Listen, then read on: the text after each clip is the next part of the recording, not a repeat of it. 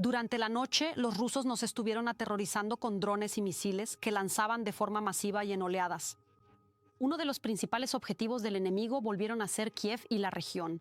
Los terroristas apuntaron simultáneamente a varias centrales termoeléctricas. Por la mañana, según las autoridades de la capital, más de 5.500 edificios de varios pisos se quedaron sin calefacción. Esto representa aproximadamente la mitad del parque habitacional de Kiev. Las instalaciones del sector social comenzaron a pasar a un modo autónomo de suministro eléctrico. También fue necesario cambiar el horario de circulación de los trenes en el metro. En las redes sociales apareció un video donde multitudes de personas, después de que se canceló la alarma, esperan el transporte en las paradas para poder llegar al trabajo. Sin embargo, ya al mediodía el metro volvió a funcionar con normalidad. Actualmente, en 1.600 viviendas ya se ha restablecido la calefacción. La situación con el suministro de agua sigue siendo complicada. La orilla derecha de Kiev funciona con presión reducida, mientras que la orilla izquierda está temporalmente sin agua. Casi 3.500 viviendas. En general, varios distritos resultaron afectados por los ataques rusos. Los hospitales de la capital están desconectados del suministro central de energía. Hoy, a las 2 de la madrugada, al inicio de la alerta aérea nocturna, pasaron a alimentación autónoma. Actualmente, los centros médicos de la capital operan en modo de emergencia. Esto significa que los hospitales no reciben pacientes programados y se concentran únicamente en casos de emergencia y en los pacientes que se encuentran en cuidados intensivos. El 70% de los hospitales de Kiev son completamente autónomos, es decir, cuentan con sus propias calderas, pozos y generadores. En la capital se está considerando el escenario de un apagón total de varios días. En estas condiciones, los hospitales autónomos, que son más de una decena, serán reforzados con equipos quirúrgicos y de traumatología que trabajarán en casos de urgencia. En caso de un apagón prolongado, el sector médico renunciará temporalmente a las derivaciones y recetas electrónicas. En caso de una ausencia prolongada de suministro eléctrico, comunicación o Internet. En Kiev, 6 farmacias funcionarán las 24 horas para proporcionar a los pacientes medicamentos psicotrópicos, analgésicos e insulinas y otros medicamentos vitales. La atención médica se prestará de manera ininterrumpida, pero hay que entender que, sin duda, la atención médica programada y algunos procedimientos planificados serán pospuestos, y la prioridad en la clasificación la tendrá la atención médica urgente y de emergencia.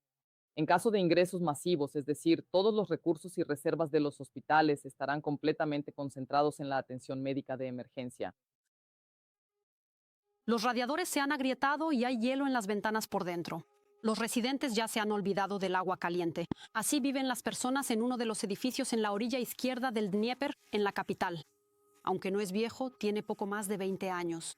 La empresa de suministro de calefacción asegura que envía calor al edificio, pero nadie puede decir a dónde se pierden esos 30 a 50 grados de calor. El corresponsal de TSN, Dmytro Furdak, habló con los residentes afectados. Los residentes del edificio en Darnitsia, en la capital, reciben al equipo de filmación de TSN como su última esperanza de ayuda. El video en el que una batería explotó en la entrada y anegó el piso se ha difundido por toda la red. Y realmente vemos cómo los trabajadores comunales aquí cortaron algunos radiadores y en otros hay enormes grietas. En la entrada se han congelado las plantas de interior y además, por todas partes la escayola está agrietada. Esto es consecuencia de los bombardeos. Todo esto se cae cuando los misiles pasan volando sobre nosotros. La señora Larisa nos recibe vestida con varias capas de ropa. La mujer tiene diabetes y su esposo padece la enfermedad de Parkinson. La pensionista lleva casi 3 años sin salir de casa. Ni siquiera puede ir al médico. Me duelen las piernas, el ascensor no funciona. El termómetro de la habitación en el apartamento de la mujer marca 10 grados de calor. Y eso a pesar de que la luz se cortó hace solo 1 hora, todavía se podía calentar la casa, aunque fuera un poco. La amiga de la mujer también sufre por el frío, la Yorkshire Terrier Lialka. Hace frío, también lleva puesta ropa diferente. En esta que es más abrigada, nos escondemos todo el tiempo. En los pisos superiores vemos una imagen realmente sorprendente. A pesar de que en el apartamento, aunque sea poco, hay temperatura positiva en las ventanas, hielo en el lado interior. Una instalación en las ventanas, el hecho de que se nos congelen las ventanas, los radiadores no calientan en absoluto. Simplemente hace frío, hay hielo y hay un niño pequeño. No se puede estar en la casa, así que me cubro con una manta porque los radiadores están fríos. Los residentes del edificio dicen que son conscientes de que la principal causa de los prolongados cortes de luz son los ataques masivos e incesantes de los rusos a las infraestructuras energéticas. Lo que más indigna a la gente es que la calefacción no aparece incluso cuando hay luz. Esto es simplemente un desastre y ya no sabemos a dónde acudir. ¿Simplemente un desastre? Mientras grabamos, suena otra señal de peligro. Presten atención a la alarma. Por favor, entren de inmediato al refugio seguro más cercano y permanezcan allí. Por cierto, el refugio más cercano está justo debajo del edificio. A primera vista, incluso parece decente, con una renovación reciente. Pero se pueden ver grietas en las paredes y no hay calefacción en absoluto. Así que aquí solo se puede aguantar como mucho media hora. Hace frío, estamos con niños, entramos, y además hay una mujer con discapacidad. Aquí también se permitía la entrada de personas con cochecitos. Y aquí, al parecer, cogió una neumonía y un mini intestino pútrido. Las personas muestran a TSN las quejas que presentaron ante las autoridades locales y la oficina municipal. La comisión especial no vio ningún problema. No se detectaron violaciones, todo es satisfactorio. Aquí la temperatura de entrada es de 70 grados. Los residentes de Darnitsia comparten con nosotros una noticia. El domingo por la noche apareció un nuevo objeto cerca del edificio, un generador. Sin embargo, los trabajadores municipales no pudieron conectarlo de inmediato. Nos dirigimos a la oficina que administra el edificio. La atención a los residentes es solo 2 horas a la semana.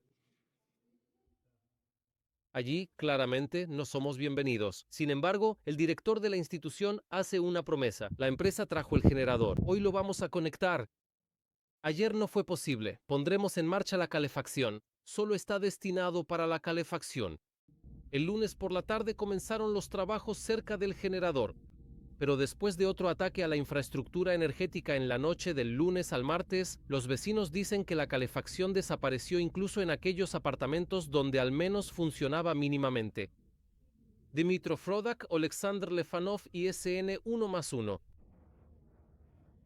La central nuclear de Chernóbil perdió todo el suministro eléctrico externo tras el ataque ruso de hoy. Así lo informaron en el OIEA. Representantes de la Agencia Internacional de Energía Atómica también comunicaron que durante el bombardeo resultaron dañadas las líneas eléctricas que abastecen a otras centrales nucleares. El director general del OIEA declaró que varias subestaciones eléctricas ucranianas vitales para la seguridad nuclear resultaron dañadas por el ataque masivo ruso. Solo al anochecer se logró restablecer el suministro eléctrico a la central de Chernóbil, informaron en el Ministerio de Energía. Anteriormente, la inteligencia militar de Ucrania advirtió que Rusia intentaría desconectar las centrales nucleares del sistema energético ucraniano. Con esto, el país agresor dejaría a los civiles ucranianos sin electricidad ni calefacción durante las heladas. Elige Ucrania, no el foro energético. El presidente Zelensky contó si irá a Davos. Según el presidente, la prioridad en este momento es el sector energético. Ya ha mantenido reuniones con el equipo energético tanto en línea como presenciales y por ahora permanece en el lugar.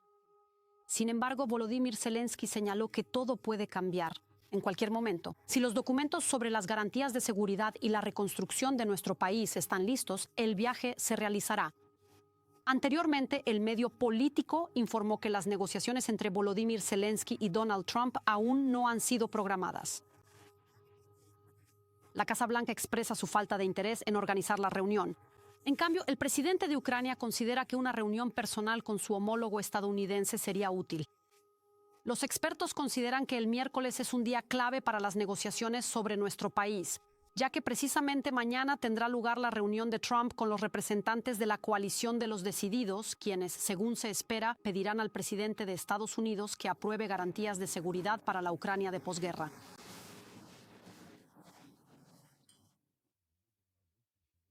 El viaje, si hay paquetes energéticos o incluso una reunión y una decisión sobre defensa antiaérea adicional, sin duda, iré.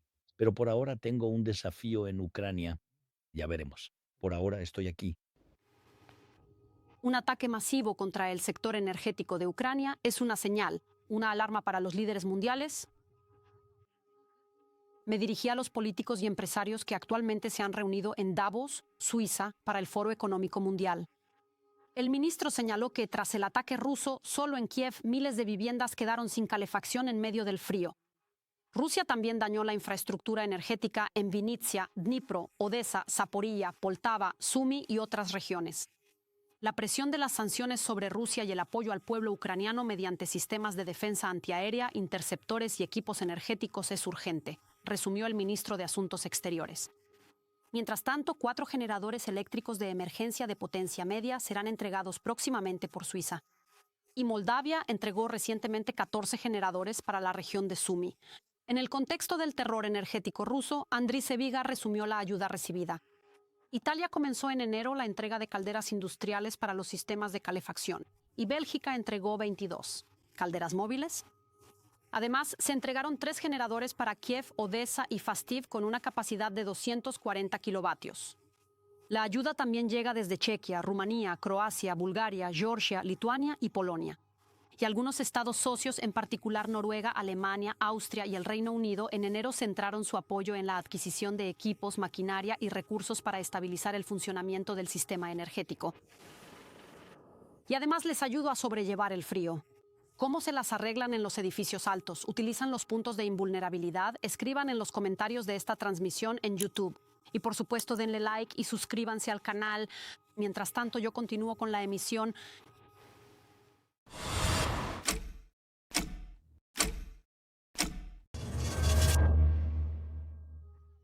De VSON, The Sports Network. En el canal, 2 mujeres resultaron heridas. Los rusos volvieron a atacar la infraestructura civil y el sector energético. En Dnipro se detuvo una gran caldera. 90 edificios, 10 escuelas y 2 hospitales se quedaron sin calefacción. Y en Pavlogrado, en muchos distritos hay cortes de electricidad. Los trabajadores de la energía están reparando las redes. 4 personas resultaron heridas en Drushkivka. Los rusos lanzaron 6 bombas aéreas sobre la ciudad. Entre los heridos hay una pareja que en el momento del ataque viajaba en su coche. Sufrieron heridas por explosión de mina y lesiones de esquirlas. Otras 2 personas resultaron heridas, todos fueron hospitalizados. Un hombre resultó herido en la región de Kharkov. El hombre estaba repartía pan cuando los rusos atacaron el pueblo de Oskil. Los ocupantes también atacaron una explotación agrícola en la comunidad de Solochiv. Atacaron edificios civiles y vehículos en Ivashki, Slodovivka y Merefa. Y en la región de Sumy, la aviación enemiga volvió a atacar Vilopilya por la mañana. Directamente en el centro de la ciudad, los rusos lanzaron 4 bombas aéreas guiadas. Viviendas destrozadas, infraestructuras de servicios y vehículos incendiados. Se desataron numerosos incendios. Además, uno de los gasoductos resultó dañado. Unas 250 viviendas se quedaron sin gas. Cientos de personas hacen fila para donar sangre. En Dnipro, desde muy temprano se reunieron personas solidarias tras el llamado del hospital que atiende a los heridos más graves. Solo aquí, desde el inicio de la guerra, se han transfundido 23 toneladas de sangre. Y la necesidad diaria solo sigue aumentando. Quienes respondieron al llamado del hospital lo vio la corresponsal de TSN, Olga Pavlovska. Filas de personas solidarias en los pasillos. Cientos donan sangre desde temprano. Debe presionar. Presione con mucha fuerza. Aguante un poco. Eso es todo. No me importa aguantar por una buena causa, dice la estudiante Victoria. Por supuesto, me gustaría que salvara la vida de alguien. Sangre donada. Esta misma sangre está salvando la vida de Vyacheslav, de 35 años, en la sala de reanimación. Ya le han transfundido 3 litros de sangre tras una grave herida. Lo trasladaron a Dnipro desde la dirección de Pokrovsk. Justo me había cambiado y me acosté a dormir. Me desperté por un dolor terrible. Una esquirla voló y entró en la trinchera. Rompí el saco de dormir sobre mí y llevé la mano a la pierna. Había un charco de sangre. Mis compañeros me sacaron cuando la trinchera ya empezaba a arder. La sangre no se puede reemplazar con ningún medicamento, explican los médicos en reanimación. Aquí salvan a los heridos más graves, tanto militares como civiles. De 3 a 5 litros es el promedio de hemoderivados por un curso de tratamiento. Hay casos en los que un solo paciente necesita 10 o incluso 12 litros. Para crear reservas, el hospital anunció un día del donante. Para mayor comodidad, aquí han habilitado un quirófano especial y un registro rápido. Mi aporte es la sangre, es todo lo que ahora puedo hacer. Para mí es muy importante poder ayudar a alguien, aunque sea de esta manera. Ante todo, es ayuda para los defensores, ayuda en la medida en que yo pueda hacer algo. Muchas personas de todas las edades acudieron a donar sangre, incluidos estudiantes y médicos que cada día salvan a enfermos y heridos. Hacemos todo lo que podemos. Cuanto más mejor. Paso cada 6 meses. Como médico veo que cada gota de sangre es simplemente un precio de oro. Solo en este hospital, desde el inicio de la guerra, ya se han transfundido 23 toneladas de sangre donada. Tras la invasión a gran escala, la necesidad aumentó varias veces. La sangre se transfunde a pleno las 24 horas del día, sin parar. Tenemos un diamante, un ejemplo de esa resistencia, un chico al que le transfundieron 12 litros de sangre y ahora él ayuda a todos los héroes heridos a recuperarse y a vivir pensando en el futuro. La señora Verónica se atrevió a donar sangre por primera vez en su vida. Dice que ahora animará a todos sus conocidos a no tener miedo. Todo es sencillo, no es difícil. Por eso recomiendo a las personas que aún no han donado que lo hagan y vengan. Creo que está bien, hay que ayudar a la gente. Médicos piden donaciones constantes para heridos y enfermos en todo el país. Olga Pavlovska, Oleksandr Kulish, TSN. Según Yulia Timoshenko, esta mañana ya se había pagado casi la mitad de la fianza fijada por el tribunal. El plazo vence el miércoles, así lo informa el periódico Ukrainska Pravda citando sus propias fuentes. Los periodistas recibieron información de que para la mañana del martes se habían depositado más de 13,5 millones de grivnas. Esta parte de la fianza fue pagada por 2 personas relacionadas con uno de los principales patrocinadores de Batkivshchina, el diputado Konstantin Bondariev. El Tribunal Superior Anticorrupción impuso a Timoshenko una medida cautelar en forma de fianza por un monto superior a 33 millones de grivnas. La diputada es sospechosa de sobornar a otros diputados para influir en los resultados de las votaciones en la Rada Suprema. En caso de que no se pague la fianza ya este jueves, la parte acusadora tendrá motivos para solicitar una medida cautelar más estricta para ella. Timoshenko se presentó hoy en el tribunal con una mascarilla negra y se quejó de una enfermedad repentina que le impidió averiguar quién pagó por ella casi la mitad de la suma necesaria. Estamos haciendo todo lo posible para que todo lo que no sea completamente ilegal se convierta en nuestra principal arma. Me refiero a todos los equipos. Es decir, ¿existe la posibilidad de que permitan que el propio tribunal lo compare? Sinceramente, en este momento no lo sé. ¿Se ha detenido usted a considerar el hecho de que posiblemente... Hoy se comparó el arma principal.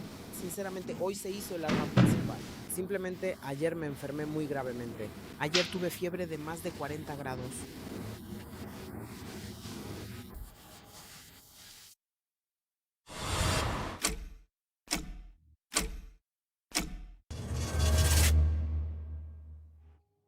Es la primera vez en mi vida, así que puede que no haya seguido algo.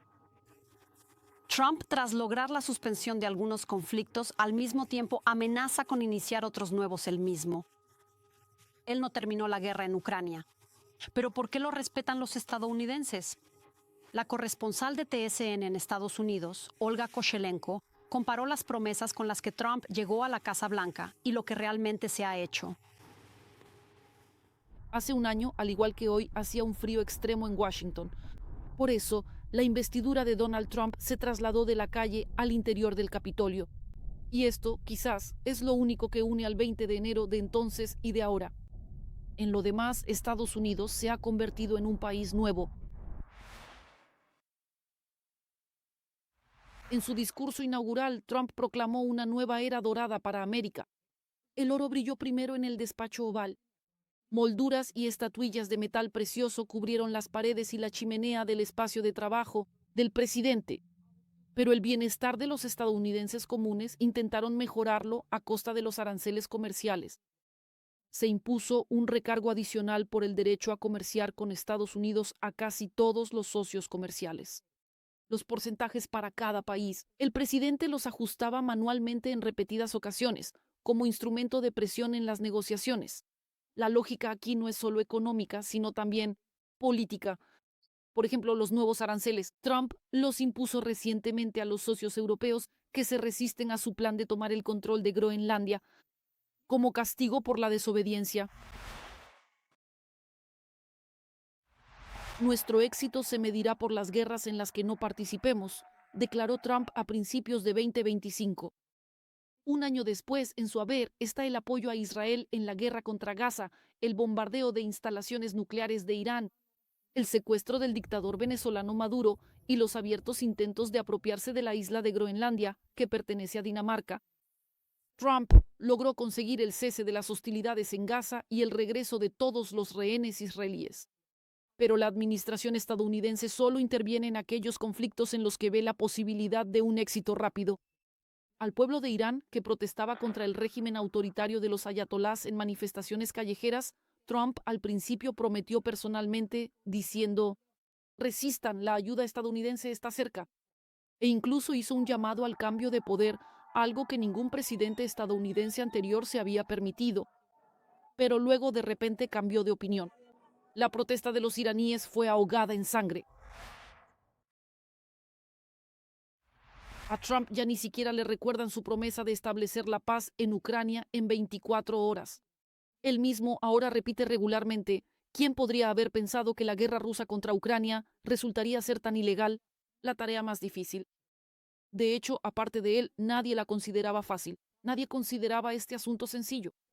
Trump intentó presionar a Zelensky. El escándalo en el despacho oval pasó a la historia como el primer caso de disputa pública al más alto nivel. Organizó una cálida recepción para Putin en Alaska que no terminó en nada. Así que, por un tiempo los papeles cambiaron y Ucrania se convirtió en el país que heroicamente avanza hacia la victoria, mientras que Putin se volvió un tigre de papel.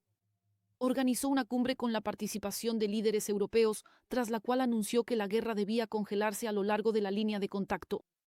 Pero pronto volvió a exigir que Ucrania entregara sus territorios a Putin. Con el tiempo, todos se acostumbraron a que la mesa de negociaciones podía volcarse una y otra vez. Es importante que, al mismo tiempo, Estados Unidos siga proporcionando a Ucrania datos de inteligencia y vendiendo armas, así como negociando garantías de seguridad y la reconstrucción posguerra. Y cuando estos acuerdos realmente podrían ser necesarios, sigue siendo desconocido. La ley del más fuerte se ha convertido en la estrategia oficial estadounidense. Hacemos lo que queremos y podemos, sin gastar recursos en ocultar nuestras verdaderas intenciones. Una manifestación clara de cómo Trump ve la nueva arquitectura de la seguridad mundial fue su proyecto del Consejo de Paz para Gaza. Se le llamó una alternativa a la ONU. Cualquiera puede unirse, pero para ser miembro permanente hay que aportar $1.000 millones en efectivo. Incluso Putin y Lukashenko recibieron invitaciones. Por supuesto, el propio Trump presidirá. Él también será quien apruebe finalmente las decisiones. Ni siquiera los líderes de los países más influyentes pueden ya contar con formalidades como el protocolo diplomático o la cortesía humana elemental. Por ejemplo, la vecina Canadá, Trump hizo campaña para que se convirtiera en el estado número 51 y se ofendió públicamente con su primer ministro, Carney, por un anuncio político. El primer ministro de Noruega, Støre, escribió una carta ofendida en la que dijo que ya no estaba obligado a preocuparse por la paz porque el Comité Nobel, con el que Støre no tiene ninguna relación, no le otorgó el Premio Nobel de la Paz. O en realidad, según las encuestas, los estadounidenses están satisfechos dentro del país con la nueva política migratoria. Trump cerró la frontera para los inmigrantes ilegales provenientes de México y limitó la emisión de visas migratorias para países desfavorecidos. Al mismo tiempo, ICE, la policía migratoria, se convirtió en una verdadera pesadilla en las calles de las ciudades.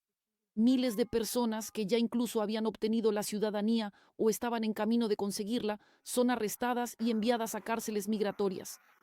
Recientemente, Estados Unidos se vio sacudido por el asesinato de Renee Good, nacida en el país, a quien un agente de ICE disparó en su coche por desobediencia. Pero estas protestas no se convirtieron en un fenómeno nacional en Estados Unidos. Solo en el primer año de su segundo mandato, Donald Trump se atrevió a hacer muchas cosas a las que no se animó durante el primero. Y la manifestación de cuán radicales pueden ser sus acciones fue precisamente la Casa Blanca, en su dimensión histórica y política, corazón de los estados.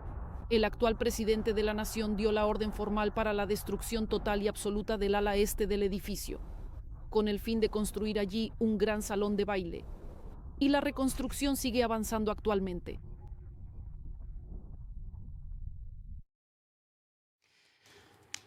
Bueno, volvamos a la capital de Ucrania. Aquí se ha declarado el estado de emergencia. Los rusos continúan con sus intentos de bombardear la infraestructura energética. Personal de servicios y energía reparan fallos bajo el hielo. Surgen emergencias locales. Un bloque en Pechersk lleva una semana inundado de agua hirviendo. Como resultado, el aparcamiento se convirtió en una cascada, una pista de patinaje y, en parte, una sauna. Nos lo cuenta nuestro corresponsal Oleksandr Romanchuk, quien estuvo en el lugar.